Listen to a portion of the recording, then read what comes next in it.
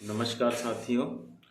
कल मैंने एक ऑडियो सुना जिस ऑडियो में कुछ कोचिंग सेंटर वाले लड़के और कुछ उनका कोचिंग का हेड या उसका सर जो है वो डिस्कस कर रहे थे कि सीसीए वाले का जो मैटर है वो अप्रेंटिसों को फ्री में नौकरी दे रहा है या उसको बिना कुछ दिए मापदंडों के आधार पर नौकरी दे रहा है। तो साथियों, मैं दो तीन चीज़ें आप लोगों को क्लियर बताता हूँ कि जो लोग सोचते हैं कि अप्रेंटिस को 20% कोटा मिला और उसमें 1/3 मिला, वो ऐसे ही मिला है फ्री फंड में, तो वो उनकी गलत फहमी है।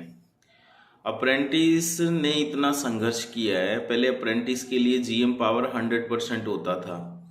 आप लोग एग्ज़ाम की तैयारी कर रहे हो, आप लोग प्रिपरेशन कर रहे हो, बहुत अच्छा, आपको फिजिकल देना पड़ता है। मैं समझ रहा हूँ, और अगर ये छूट मिली है तो वो उन लोगों की मेहनत की बदौलत है, क्योंकि अप्रेंटिसों ने बहुत लंबे समय से संघर्ष किया और वो संघर्ष करने का ही नतीजा है कि उनको 20% आरक्षण दिया रेलवे ने, और जिस तरीके का देना था उस तरीके से नहीं दिया गया।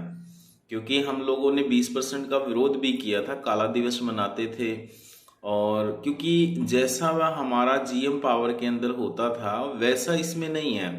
जीएम पावर में क्या होता था कि उसकी सीनियोरिटी के आधार पर, उसके एनसीवीटी के मार्क्स के आधार पर उसका सिलेक्शन हो जाता था, जिसमें ना तो कैटेगरी का कोई चक्कर पड़ता था, सिर्फ उसके मार्क्स की ही, जो एनसीवीटी पे मार्क्स होते थे उसकी ही वैल्यू होती थी, उसकी सीनियोरिटी के आधार पर उसका सिलेक्शन होता था, और सीनियोरिटी के आधार पर ही उनको पूरे के पूरे बैच को उठा लिया जाता था। अब यहाँ पर भी 20% में ऐसा ही होना चाहिए था।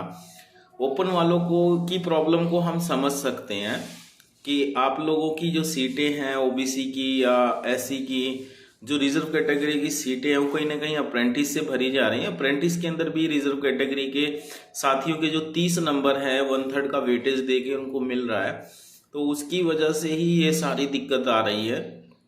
इसमें गलती रेलवे की है, क्योंकि रेलवे ने जब अपना 20% कोटा बनाया तो उनको कोटा बनाने के साथ साथ 20% रिजर्व के अंदर, कोटे के अंदर उनका अलग से फॉर्मेट बनाना चाहिए था, टेबल बनाना चाहिए था जोन वाइज, कि हम, क्योंकि उसको जो हमारा ओपन वालों का कोटा है उस कोटे को अगर अलग करके उन्होंने इस बात को क्लियर कर दिया होता कि इतनी इतनी सीटें रिजर्व कैटेगरी की जो 20% में अप्लाई करेगा उनकी हैं, तो ये सारी सिरदर्दी खत्म हो जाती।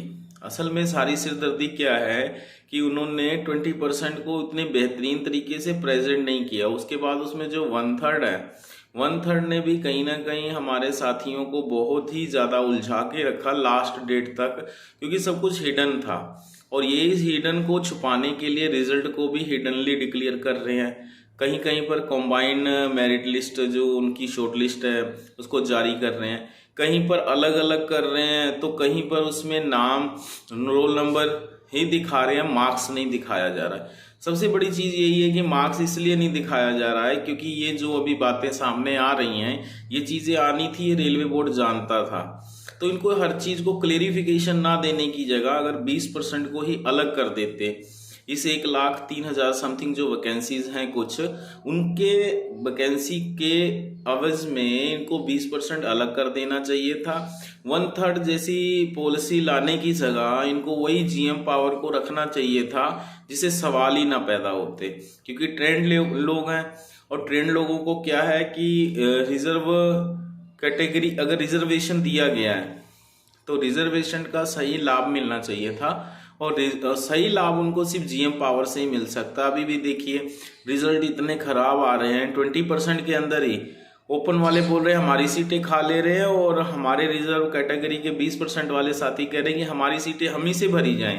कितनी सीटें खाली जा रही हैं? अभी एक आरटीआई का जवाब भी आया, और एक सांसद ने कुछ सवाल पूछे थे, उसके एवज में इसका जवाब भेजा गया, जो हमारे व्हाट्सएप ग्रुपों में भी हो रहा है। कितनी कितनी सीटें खाली जा रही हैं हमारी, तो हम लोग आपकी सीट पर कैसे जा सकते हैं?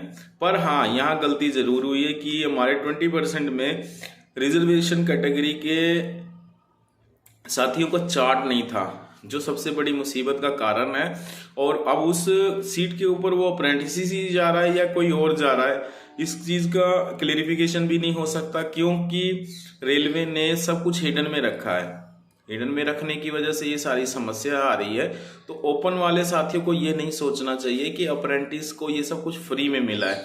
उनकी कठोर परीक्षा में उन्होंने आपकी तरह सिर्फ अगर कोचिंग लेकर परीक्षा दी होती तो आप कह सकते थे, क्योंकि अप्रेंटिस तक पहुंचने के लिए उसको पहले आईटीआई करना पड़ता है। 1 साल 2 साल का आईटीआई करता है, उसके बाद वो अप्रेंटिसशिप करता है। तो अप्रेंटिसशिप करने के बाद वो नौकरी के लिए रिजर्व हो जाता है, क्योंकि पहले उनको 100% मिलता था, अभी मैंने आपको बताया।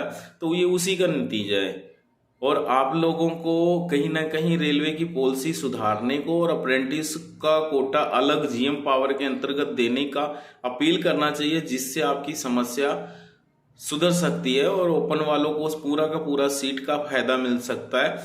क्योंकि जो चीजें मैंने अभी बताई आपको कि जीएम पावर को एज इट इज रखना चाहिए, और लड़के हमारे इसी चीज की मांग कर रहे हैं, अप्रेंटिस इसी चीज की मांग कर रहे हैं कि जीएम पावर को दिया जाए, जिसमें सीबीटी मार्क्स की वैल्यू आप खत्म करने के लिए 1/3 ला रहे तो 100% वैल्यू दीजिए उनके मार्क्स की, ताकि सभी की सभी सीटें भरी जाएं। Thank you.